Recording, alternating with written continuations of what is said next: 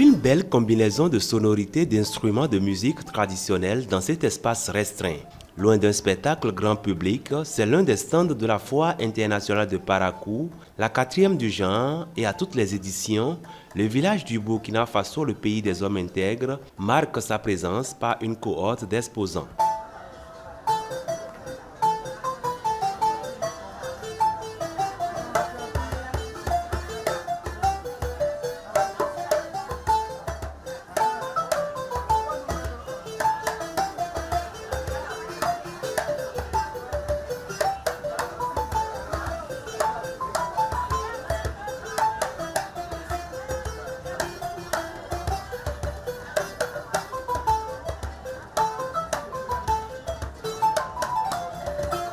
La foire de Parakou, je l'ai commencé tout au début, depuis 2017, et je suis toujours présent.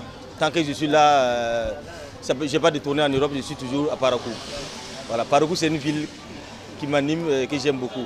Placé sous la coupole d'un événement sans Covid en raison de la pandémie mondiale, l'acte 4 de la Foire internationale de Parakou connaît, si l'on peut ainsi le dire, quelques petites difficultés, doublées de la cherté des produits. Mais ce dernier aspect reste bien subjectif.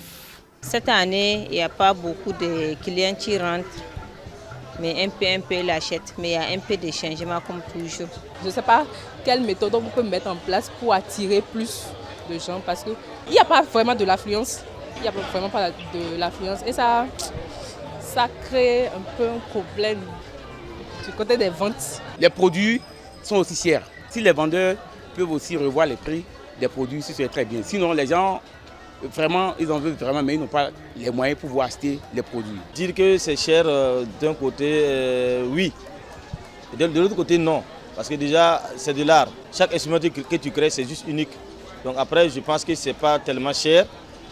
Mais pour le citoyen lambda, peut-être, mais je pense que le coût est abordable. Aussi, le caractère trop exigu et trop coûteux des stands a de tout temps été fustigé. Pour le moment, les organisateurs n'y ont pas véritablement trouvé solution et c'est là un autre casse-tête à résoudre pour les forains. J'ai remarqué que les stands sont un peu petits. Pour certaines activités, ce n'est pas trop petit, mais pour moi, par exemple, mon activité, c'est trop petit. Il a fallu que nous fassions une pression sur nous-mêmes pour ne pas enfreindre aux règles de la cohabitation. Vous voyez, sinon, j'avais même demandé à élargir un tout petit peu ce côté pour étendre les produits, puisque tous les produits ne sont pas venus. La seule chose que nous avons pu faire, c'est que avec la transaction des produits, si un client demande un produit qui n'est pas sur place là, vu l'espace qui est restreint, on demande à quelqu'un d'envoyer.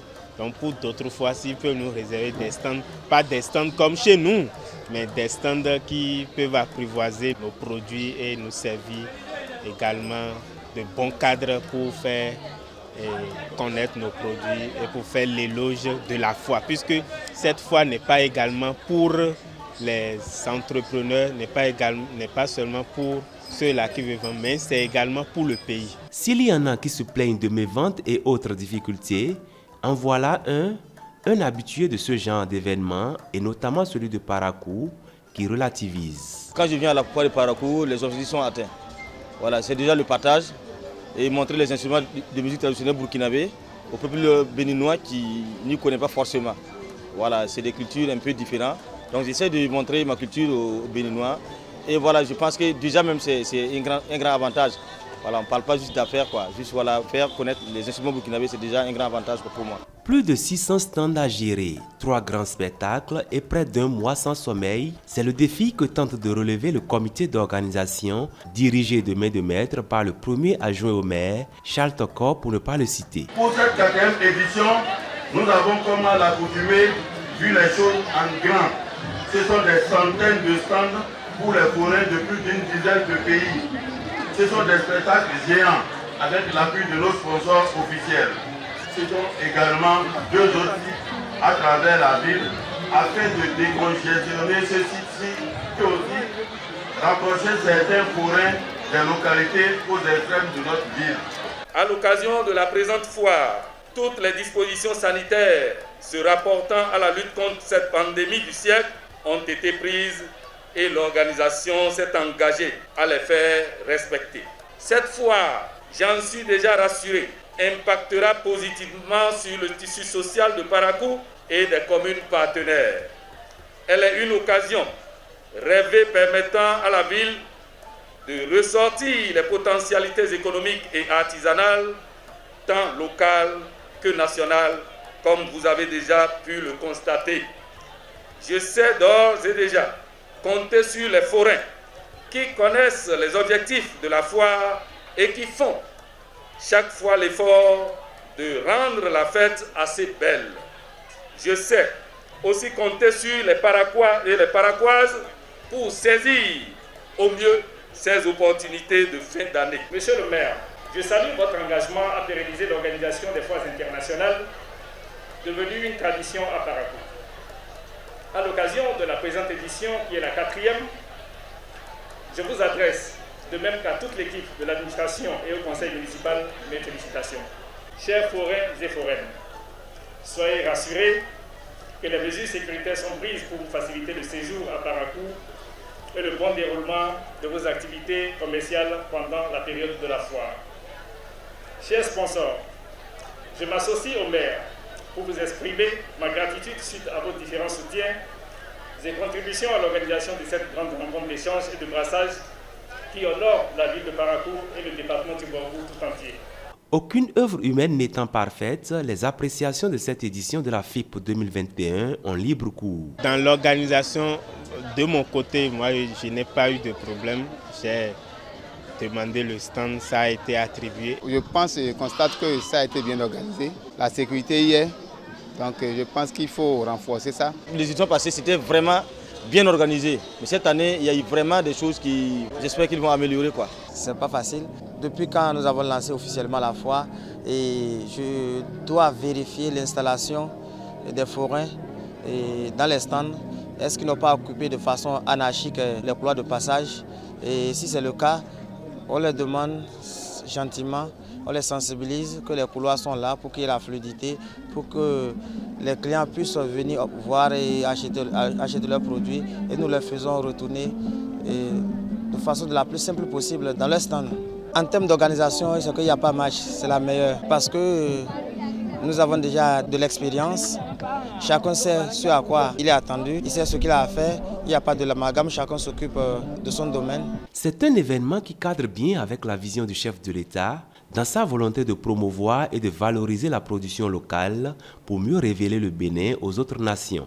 C'est dire toute l'importance qu'accorde le président Patrice Talon à pareilles initiatives et dont le ministre Ablaye Biot-Tchané en fait le témoignage lors de la cérémonie d'ouverture de la FIP 2021. Par la présence aussi nombreuse des acteurs économiques locaux, nationaux et de la sous-région, vous affirmez l'importance de cet événement riche en diversité économique nationale et sous-régionale. C'est dire que ce moment témoigne du dynamisme de nos entreprises et les emplois qui les font vivre. Il est aussi l'expression de la politique publique qui accompagne les entreprises pour créer et innover davantage.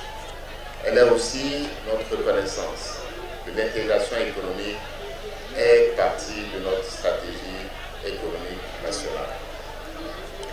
En effet, la place qu'occupe la promotion de l'économie locale, l'artisanat, le tourisme et la culture oblige l'ensemble du gouvernement, sous la direction éclairée de son chef, à soutenir de telles initiatives.